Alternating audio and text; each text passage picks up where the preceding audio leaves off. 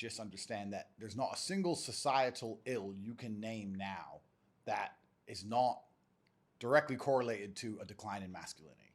We could even test it. You can name a societal ill, and I'll say it's because men aren't men anymore. Men are the protectors, and men are the ones who enforce boundaries and parameters. We always have been.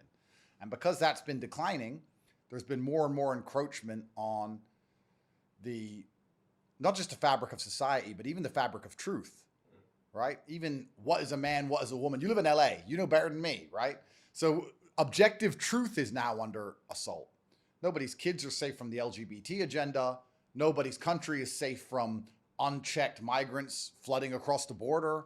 Like, nothing's safe anymore. And it's the men's job to say, no, that's enough. This is a hard parameter. We refuse to accept it. This is what men do, not women, typically. So they attack the men first. You destroy the warriors of a society before you want to conquer it. And it's my goal, I guess, my objective, to just try and restore some of the typically, traditionally masculine traits inside of the men of the world today. And they call that toxically masculine, which of course is a lie.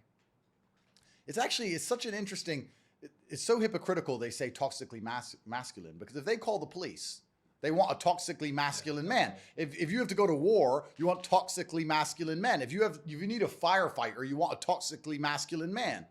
And then they call it all toxic and try and throw it out the window.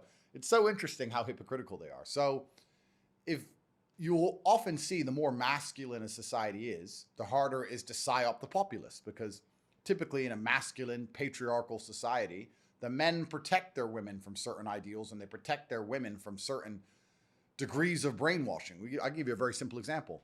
If you look at the COVID debacle, in every household where the woman was in charge, I guarantee they were all masked up and they all took their injections because they were scared. They were fearful. And women are easy to scare. They're easier to scare than men.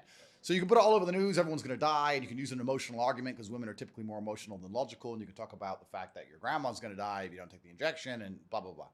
In a household ran by the men, all this crap came on the news, and unless he's a total pussy, he was like, you know what, just let everyone just calm down. Let's wait a few weeks. Just relax before we start getting injections. Far more calm. So that's what a man's typical job has always been, and we've lost that in the West now, so they can come along with absolute insanity. And because there's not a male logical barrier to the emotional arguments, to the propaganda, to the garbage, you see the entire population being brainwashed very, very quickly. I can give you a very recent example of this.